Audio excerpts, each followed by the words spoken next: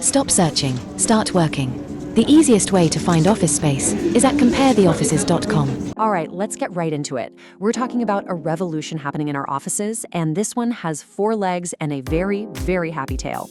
Today, we're digging into the rise of dog-friendly offices and why one specific part of North London is becoming the absolute capital for this new way of working. And this quote, it just hits the nail on the head, doesn't it? It perfectly sums up the emotional heart of this whole thing. For so many of us, the hardest part of any workday is that moment in the morning when you have to close the door on those big, sad puppy dog eyes. And that feeling, right, that little pang of guilt you get every single day, well, that brings us to a uniquely modern problem for workers today. It's an issue that goes way beyond just owning a pet. See, this is the perfect way to look at it. It's not just about missing your dog. It's about the very real stress and guilt this separation causes you, the employee. I mean, think about it. It's this constant, low-level buzz of anxiety in the back of your mind that can totally mess with your focus all day long. So what's the answer here? Well, people are calling it more than just a solution. They're calling it a revolution. A tail-wagging revolution, to be exact.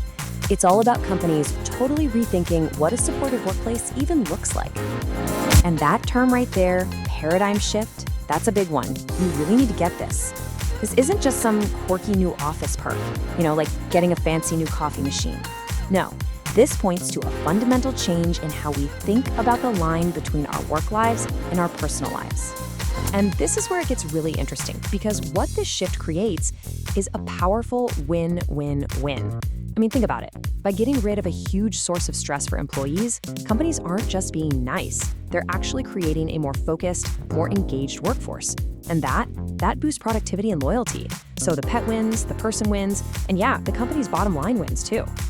Okay, so that's the why all figured out. Now let's talk about the where.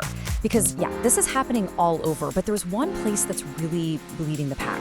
We're talking about London's N1 postcode. And you might be asking yourself, okay, why there? What is it about this specific slice of North London that's turned it into the hotspot for this whole dog-friendly office thing? Well, it turns out it's a pretty unique mix of things. It really boils down to this perfect storm of 3 things. First, you've got these amazing green spaces right on your doorstep, perfect for those crucial lunchtime walkies. Second, the whole neighborhood is already set up for it, with tons of dog-friendly cafes, pubs, and vets. And third, and this might be the most important part, you've got a culture of really forward-thinking companies who just get it.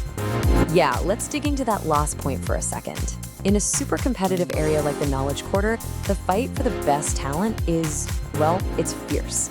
And the companies there, they get that having a real, genuine pet-friendly policy isn't just a gimmick.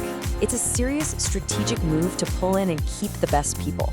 It shows they care about their employees' whole lives, not just what they produce between 9 and 5. Okay, so let's say you're sold. You're ready to find an office where your furry sidekick can join you. But hold on, before you sign on the dotted line, you gotta know that not all dog-friendly offices are the same. So let's get into the nitty-gritty, the stuff you really need to look for. I mean, seeing that dog-friendly label is a fantastic start. But seriously, the devil is in the details. To make this work, to really make it work, it takes more than just saying, sure, bring your dog. It's about creating a space that works for absolutely everyone. The dog owners, the people who don't own dogs, and of course, the dogs themselves. So, here's your checklist. First, look for a clear written policy. What breeds or sizes are allowed? Are there hygienic waste disposal spots? How close is that park, really? Are there simple things like water bowls available? And here's what a lot of people miss: acoustics.